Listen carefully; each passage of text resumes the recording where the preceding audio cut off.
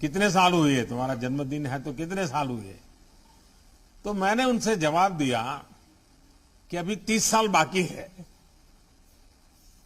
तो वो बहुत हंस पड़े। उन्होंने कहा, तू अभी भी सुधरे नहीं हो, बचपन में मेरे पास जैसा करते थे ऐसा ही कर रहे हो। आप भी अपनी 75 वाली आयु मत बताइए, आप ये बोलिए अभी 25 बाकी है।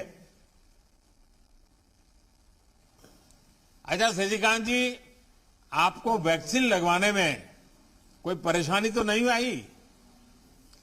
सेंटर पर व्यवस्थाएं कैसी थी, क्या अनुभव आया? हाँ, मैं एक हाई डायबिटिक्स पेशेंट हूँ, फिर भी मैं वैक्सीनेशन को पहले टाइम गया, उधर देखा तो इतना उधर ये है जाने के लिए लेने के लिए सभी लोग खड़े हैं, किधर आए, प्रॉपर जगह पर लेके गया हमको। और ऊपर जाके जो सीनियर सिटीजन है उनको पहले प्रेफरेंस दिया। मैं बहुत थैंकफुल हूं उन वॉरियर का। मेरे को एक आधा घंटा बिठाया, फिर डॉक्टर आया और पूछा मेरे को कैसा, नहीं ठीक हूं, मैं बहुत ठीक हूं। और आधा घंटे के बाद मेरे को सर्टिफिकेट दिया और मैं घर गया। दूसरे दिन थोड़ा हाथ का पेन होने लगा, ऐसा ही 2-3 दिन हो गया। बाद में मेरे फैमिली को मैं बोला, देखो ये टीकाकरण जो है वो हर एक ने लगाना चाहिए, तुम सभी लोग जाओ, कुछ नहीं होने वाला है। क्योंकि मैं डायबिटिक्स पेशेंट हूँ, मेरे को जरा भी तकलीफ नहीं हुई। ऐसा मैंने बहुत फ्रेंड सर्कल में बोला। और मैंने आफ्टर कंप्लीटिंग माई दिस मैंने दूसरा डोज लिया। उधर भी सुविधाएं इतनी थी, इतनी सुविधाएं थी, बहुत मैं खुश हो गया। क्योंकि जो टीका लगाया उसका भी मेरे को कुछ दुख नहीं हुआ।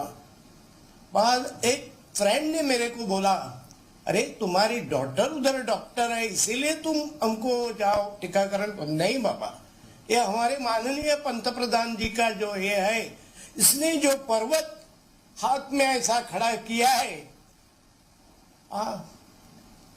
ये सभी हमको निभाना चाहिए। ये हमारी सबके ये है, कुछ साइड इफेक्ट नहीं होने वाला है, तुम जरूर ले लो।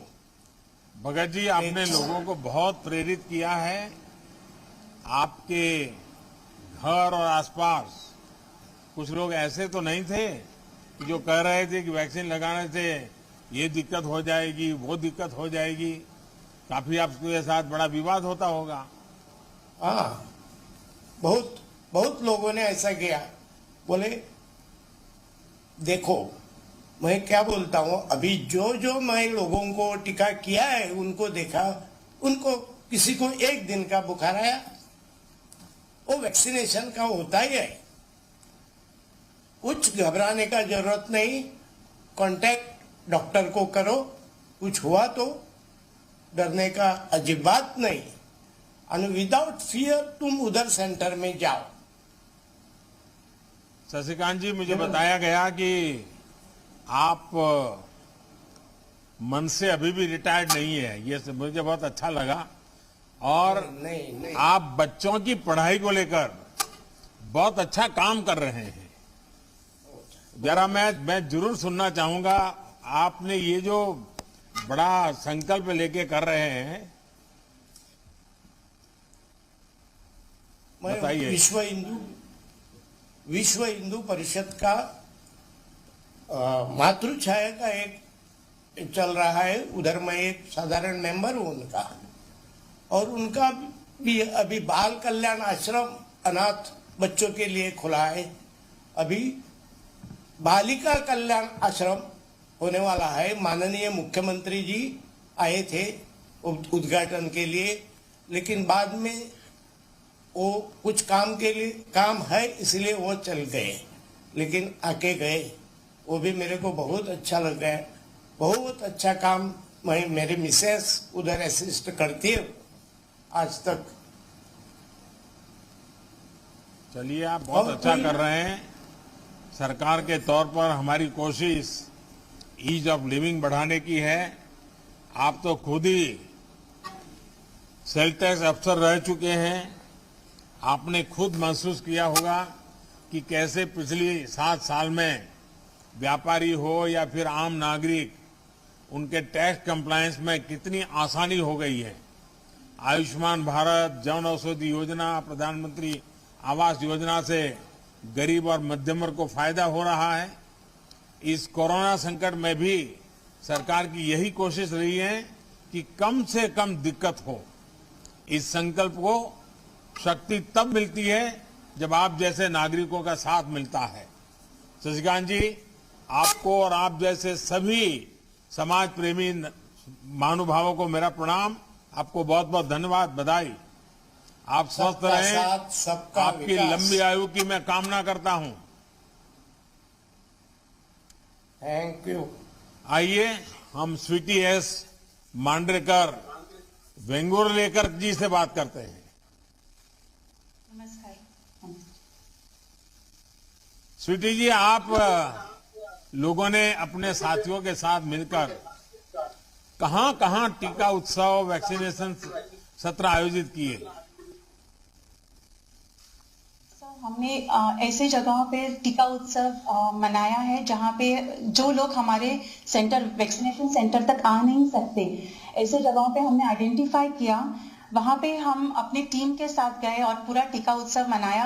अब तक हमने 8 टीका उत्सव मनाए हैं, जिनमें से ऐसे हमने आइडेंटिफाई किया है जो लोग, बहुत सारे पॉपुलेटेड एरियाज है और ये लोगों को दिक्कत होती है हमारे सेंटर तक आने में। ऐसे लोगों तक हम लोग पहुंचे हैं और उनके लिए हमने कम से कम 5 दिन के लिए टीका उत्सव मनाया है एट अ स्ट्रेच। और ऐसे इन सत्रों के लिए आप लोगों की तैयारी क्या होती थी? हमने पूरा प्री प्लान करके रखा था और एक टीम बनाई थी, जो रिजर्व में भी एक टीम रखी थी, जहां पे हम अपने मेडिकल स्टाफ, हमारा वैक्सीनेशन के स्टाफ और हमारे रजिस्ट्रेशन के भी जो स्टाफ थे, उस सब के लिए हमने एक रिजर्व टीम बनाई थी और एक प्लान करके हमने एग्जीक्यूट किया था पूरा।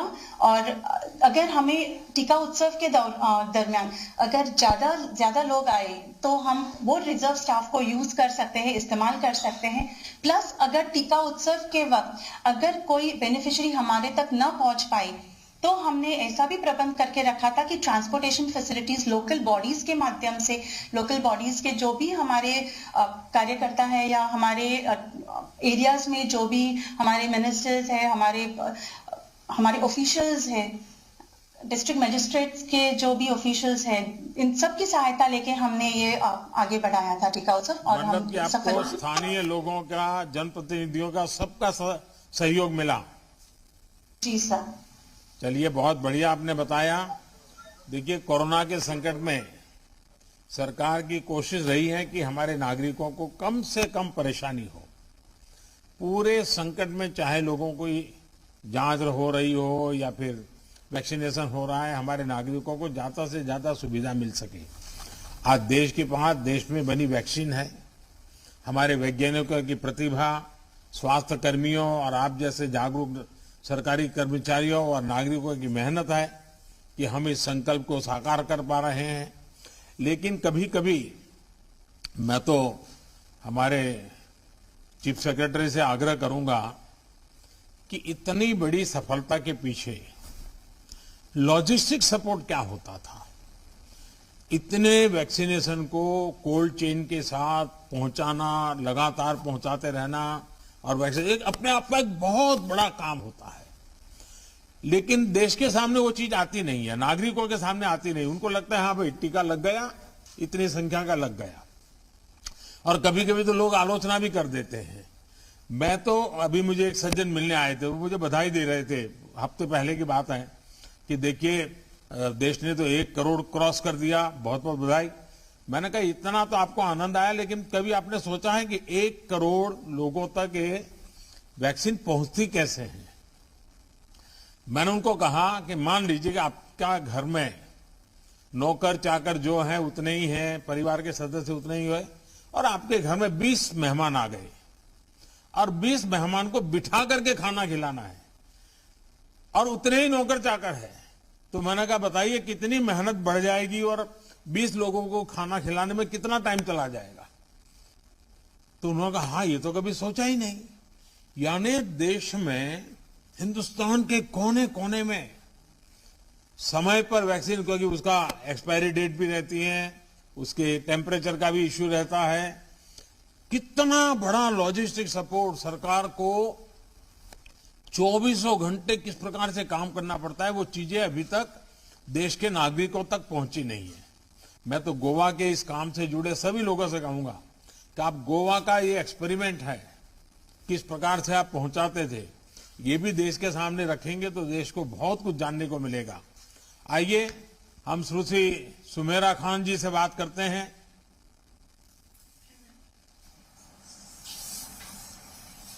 सुमेरा जी नमस्ते। नमस्ते।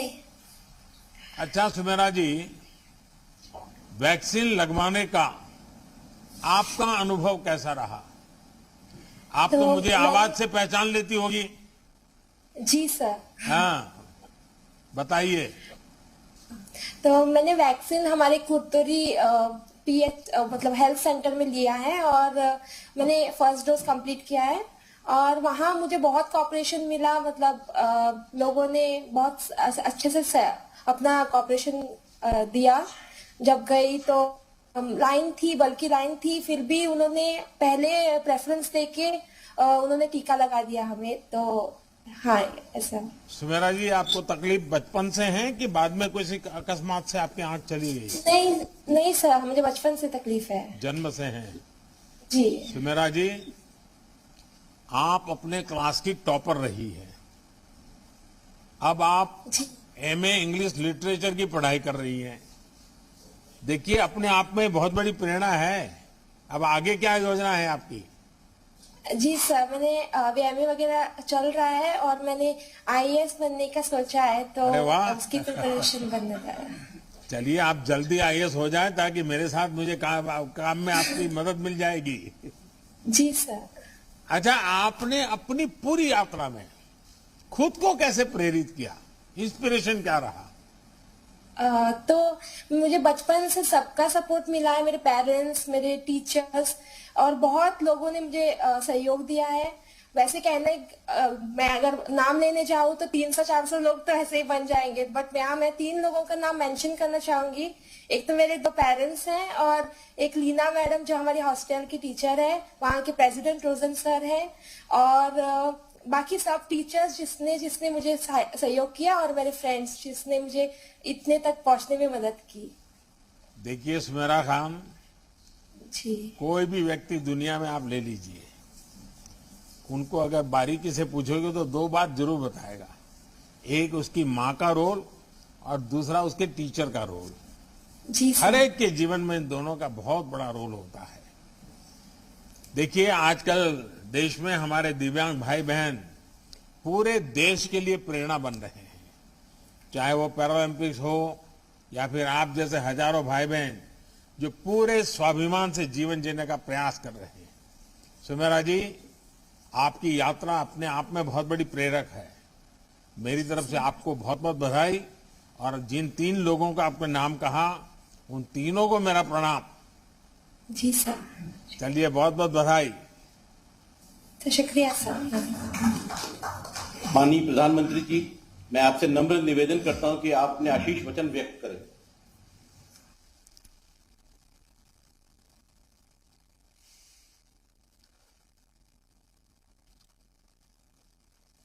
गोवा के ऊर्जावान और लोकप्रिय मुख्यमंत्री डॉक्टर प्रमोद सावंत जी, केंद्रीय मंत्रिमंडल के मेरे साथी, गोवा के सपूत श्रीपाद नायक जी, केंद्र सरकार में मंत्रिपरिषद के मेरी साथी डॉक्टर भारतीताई पवार जी, गोवा के सभी मंत्रीगण, सांसद और विधायकगण, अन्य जनप्रतिनिधि, सभी कोरोना वॉरियर भाई और बहनों, गोयच्या मजा मोगाल भावा बहिणींना तुमचे अभिनंदन। आप सभी को श्री गणेश पर्व की ढेर सारी शुभकामनाएं। कल अनंत चतुर्दशी के पावन अवसर पर हम सभी बप्पा को विदाई देंगे। हाथों में अनंत सूत्र भी बांधेंगे। अनंत सूत्र यानी जीवन में सुख, समृद्धि, लंबी आयु का आशीर्वाद।